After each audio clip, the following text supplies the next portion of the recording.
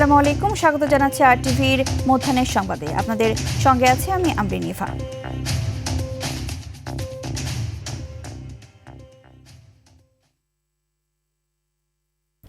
প্রধানমন্ত্রী তারেক রহমানের সভাপতিত্বে জাতীয় অর্থনৈতিক পরিষদের নির্বাহী কমিটির একনেক এর বৈঠক চলছে। সকাল 10টায় সচিবালয়ে মন্ত্রিপরিষদ বিভাগের প্রধানমন্ত্রীর কার্যালয়ের জনপ্রশাসন সভাকক্ষে এই বৈঠক শুরু হয়। ফেনীর মুহুরী ও কহুয়া নদী এবং বগুড়ার করতোয়া, ইছামতি ও গজারিয়ার নাব্যতা ফিরিয়ে আনা এবং পুনর্জীবিত করতে ২,৬৩৬ কোটি টাকার দুটি প্রকল্প অনুমোদনের জন্য উপস্থাপন করা হবে। এছাড়া এতে আরও 3টি প্রকল্প উপস্থাপনের কথা রয়েছে।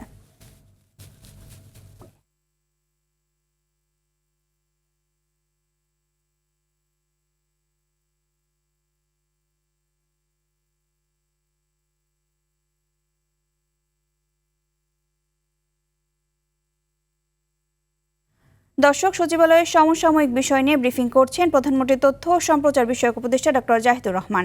আমরা সরাসরি চলে যাচ্ছি সেখানে। যখন হয়ে গেল তখন আমার মনে হয়েছে আসলে এটা টু মাচ, আমি আর অপেক্ষা করব না, আমি ব্যাক করব। তারপর আমি আসলে আমার পাসপোর্ট ফেরত চাইলাম।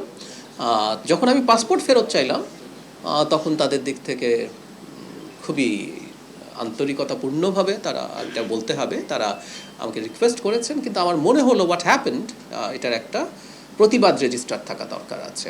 সেই কারণে আমি আসলে, অনেকে বলছেন যে আমাকে দেওয়াই হবে না, তারা একটা সময় চেয়েছেন, এটা ফ্যাক্ট। এটা দেখবেন যে বিভিন্ন মিডিয়াতে ওভাবেই এসছে, কারণ ওখানে অনেক মানুষ প্রেজেন্ট ছিলেন, তারা একটা পর্যায়ে চেয়েছেন। কিন্তু আমার মনে হয়েছে যা হয়েছে তার একটা প্রতিবাদ রেজিস্টার থাকুক। আবারও বলছি, এটা কোনো শত্রুতার বিষয় না, এটা হচ্ছে একটা মেসেজ আমি আমার জায়গা থেকে মনে হয়েছে দেয়া উচিত যে আমি ম্যালট্রিটেড হয়েছি, আমার সাথে সঠিক বিহেভ করা হয় নাই। কারণ আমি যখন যাব এই তথ্য জানানো হয়েছিল, আমাকে নিয়ে যদি কোনো সমস্যা থেকে থাকে সেই সমস্যা তারা সমাধান করা অথবা অবজেকশন আগে দেয়া, এরকম কিছু হলেই হয়তো হতো। কিন্তু না, যেটা ঘটলো সেই কারণেই এটা ওভাবেই করা হয়েছে। আমি যা দেখেছি, আমি আমার দিক থেকে, আমি তার ভেতরে কি হচ্ছে, কেন হচ্ছে, এগুলো তার আমি বুঝতে পারছি না। আমি যেটা দেখেছি, আমাকে দেরি করানো হচ্ছে, আমাকে যেভাবে রাখা হয়েছে, বসানো হয়েছে, সেটা আমার কাছে সঠিক মনে হয়নি। এবং আমাদের হাই কমিশনারকে আমি দেখেছি, তিনি বিভিন্ন পর্যায়ে যথেষ্ট চেষ্টা করছেন। এমন না যে 2 ঘন্টা আমি এমনি বসে আছি, তারা চেষ্টা করছেন। আমাদের হাই কমিশনারও যখন চেষ্টা করছেন এবং এটা যখন সলভ হচ্ছিল না দেখলাম, তখন আমার মনে হলো ইটস বেটার টু রিটার্ন।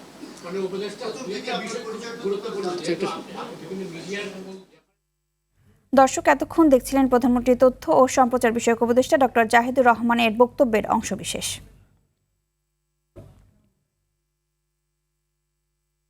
48 ঘন্টা পেরিয়ে গেল, কুড়িগ্রামে রৌমারীর 2 সীমান্তে পুশিন করা 9 জনকে ফেরত নেয়নি বিএসএফ। এখন পর্যন্ত সীমান্তের শূন্য রেখায় অবস্থান করছে তারা। এ বিষয়ে 2 দেশের সীমান্তরক্ষী বাহিনীর পতাকা বৈঠক অনুষ্ঠিত হলেও সুরাহা হয়নি। চাঁপাইনবাবগঞ্জের গোমস্তাপুর উপজেলার রোকনপুর সীমান্ত দিয়ে এক নারীকে পুশিনের চেষ্টা করেছে ভারতীয় সীমান্তরক্ষী বাহিনী বিএসএফ, তবে বিজিবির তৎপরতায় সেই চেষ্টা ব্যাহত হয়। এদিকে সীমান্তে পুশ ইনে সহায়তা করার অভিযোগে 7 জনকে আটক করা হয়েছে। তারা গোমস্তাপুর থানা পুলিশের হেফাজতে আছে।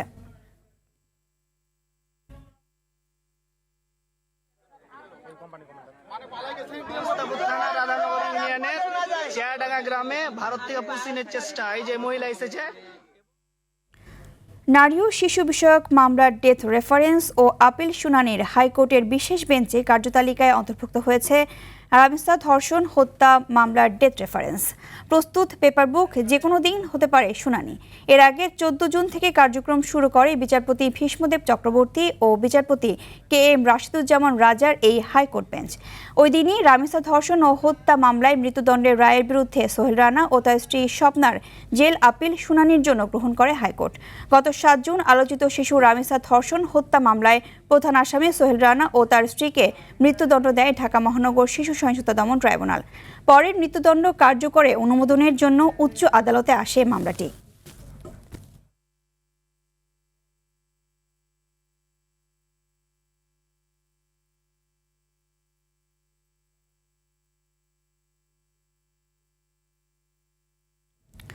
কক্সবাজারের টেকনাফে বঙ্গোপসাগর ও নাফ নদীর মোহনা এলাকায় মাছ ধরতে গিয়ে 7 বাংলাদেশি জেলেকে 2টি ইঞ্জিন চালিত মাছ ধরার বোট সহ আটক করে নিয়ে গেছে মিয়ানমারের সশস্ত্র গোষ্ঠী আরাকান আর্মি। সোমবার সকালে শাহপুরী দ্বীপ সংলগ্ন সমুদ্র সীমায় এই ঘটনা ঘটে। উপজেলা নির্বাহী কর্মকর্তা SM অনিক চৌধুরী এই ঘটনার সত্যতা নিশ্চিত করেন। তিনি জানান, কোস্ট গার্ডের মাধ্যমে বিষয়টি জানতে পেরে জেলেদের পরিবারের সঙ্গে যোগাযোগ করা হয়েছে। আটক করা হয়েছে জেলেদের, এখনও খোঁজ পাওয়া যায়নি।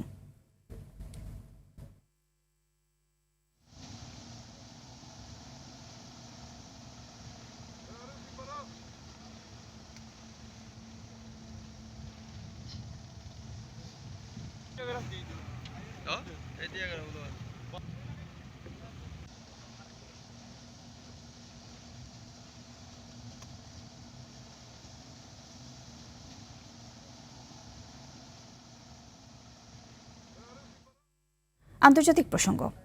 আনুষ্ঠানিক স্বাক্ষরের আগে ভার্চুয়ালি ঐতিহাসিক যুদ্ধবিরতি সমঝোতা অনুমোদন করেছে যুক্তরাষ্ট্র ও ইরান। মার্কিন নৌ অবরোধ প্রত্যাহারকে নিজেদের বড় বিজয় হিসেবে দেখছে তেহরান। ইতিমধ্যে হরমুজ প্রণালী দিয়ে ইরানের বাণিজ্যিক জাহাজ চলাচল শুরু হয়েছে। চুক্তি অনুযায়ী আগামী 60 দিন দুই দেশের মধ্যে চূড়ান্ত পারমাণবিক আলোচনা চলবে এবং আন্তর্জাতিক পরিদর্শকরা দ্রুত ইরানে ফিরবেন। তবে এই চুক্তি প্রত্যাখ্যান করে লেবাননের সামরিক অভিযান অব্যাহত রাখার ঘোষণা দিয়েছে ইসরায়েল।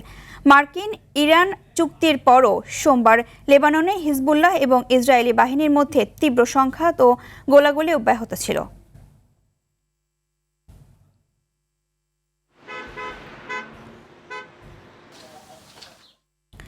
যুক্তরাষ্ট্রে মার্কিন বিমান বাহিনীর B-52 মডেলের একটি বোমারু বিমান বিধ্বস্তের ঘটনায় নিহত হয়েছে অন্তত 8 জন। স্থানীয় সময় সোমবার সকালে দক্ষিণ ক্যালিফোর্নিয়ার এডওয়ার্ডস এয়ারফোর্স বেস থেকে উড্ডয়নের পরই বিমানটি বিধ্বস্ত হয়। দুর্ঘটনার পর আকাশে ঘন কালো ধোঁয়ার বিশাল কুণ্ডলী দেখা যায়, যা কয়েক মাইল দূর থেকেও দৃশ্যমান ছিল। দুর্ঘটনার কারণ এখনও জানা যায়নি। ঘটনাকে ভয়াবহ ট্র্যাজেডি হিসেবে উল্লেখ করেছেন এডওয়ার্ডস এয়ারফোর্স বেসের কমান্ডার। আর এই ঘটনাকে মর্মান্তিক দুর্ঘটনা আখ্যা দিয়ে নিহতদের পরিবারের প্রতি গভীর সমবেদনা জানিয়েছেন ক্যালিফোর্নিয়ার গভর্নর গ্যাভিন নিউসাম।